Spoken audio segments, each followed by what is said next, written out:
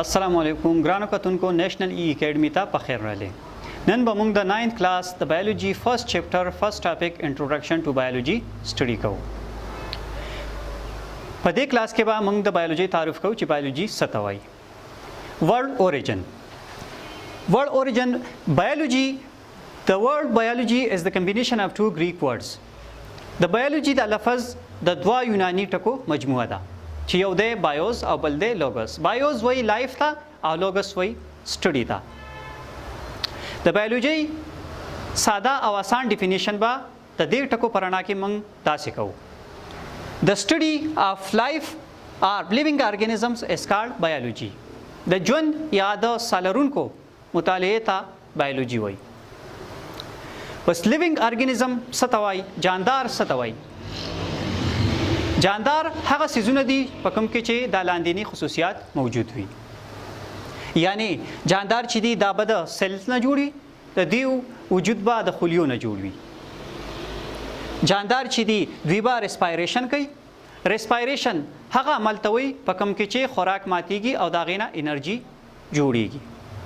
یعنی جاندارو ته د توانایي انرژي ضرورت وي او دا هغه انرژي دوی د خوراک نه اخلي. او په کوم عمل په ذریعه چې اخلي نه هغه ته وایي ریسپایریشن. ریپروډکشن جاندار چې دي څومره سالرونکي دي دوی به خپل نسل سیوا کوي، خپل ځان په شان بچي به پیدا کوي. د نه علاوه جاندار چې دي وخت سره سره به دوی نشونما کوي، غټيږي به. دا ټول خصوصیات چې دي دا په لیوینګ ارګانیزم یا لیوینګ تھنګ کې موجود وي او په نان لیوینګ تھنګ بیجان سیزونو کې به دا ایبسنټ وي، موجود نه وي. په بایولوژي کې به موږ د لیوینګ ارګانیزم دا ټول خصوصیات سټډي کوو چې د دې ارګنایزیشن څنګه شوی، لیوینګ ارګانیزم جوړ شوی څنګه دي، د یوې خلی نه جوړ شوی، د ډیرو نه جوړ شوی، دوی د خپل ریسپایریشن پروسس څنګه کوي، دوی گروث څنګه کوي، دوی موومېنټ څنګه کوي، دوی ریپروډکشن څنګه کوي. مطلب د لیوینګ ارګانیزم یا د جاندار د ژوند هر اړخ په موږ په بایولوژي کې سټډي کوو. میجر ډیویژنز اف بایولوژي. د ډیفینیشن نه پس بیا د بایولوژي ډیویژنز راځي. بایولوژي چې دا یو غټ فیلډ دی، نو ساينټیست دا په دریو غټ ګروپس کې ډیوایډ کړی دی او هغه غټ ګروپس ته ډیویژنز وایي.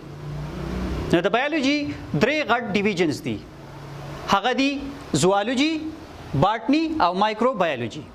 زوالوجي د بایولوژي هغه ډیویژن دی، هغه ګروپ دی چې په کوم کې منګه صرف د انیملز سټډي کوو، د زناورو سټډي کوو، لکه انسانان او نور چې څومره زناور تاسو ته په نظر راځي دا ټول موږ په زوالوجي کې سټډي کوو. په باټني کې موږ صرف د پلانټ سټډي کوو، د بوټو سټډي کوو. کم بوټي چې تاسو ته په نظر راځي دا ټول موږ په باټني کې سټډي کوو. او په مایکرو بایولوژي کې موږ مایکرو ارګانیزم سټډي کوو. مایکرو ارګانیزم یا خوردبینی جاندار هغه جاندار دي کوم چې موږ په عام سترګو موږ ته په نظر نه راځي، بلکې د هغو د لیدو لپاره موږ مایکروسکوپ استعمالوو. ګرانو کتونکو دا زموږ نننی ټاپک. په نیکسټ کلاس کې به د یو نوي ټاپک سره حاضرېږو. الله پامان.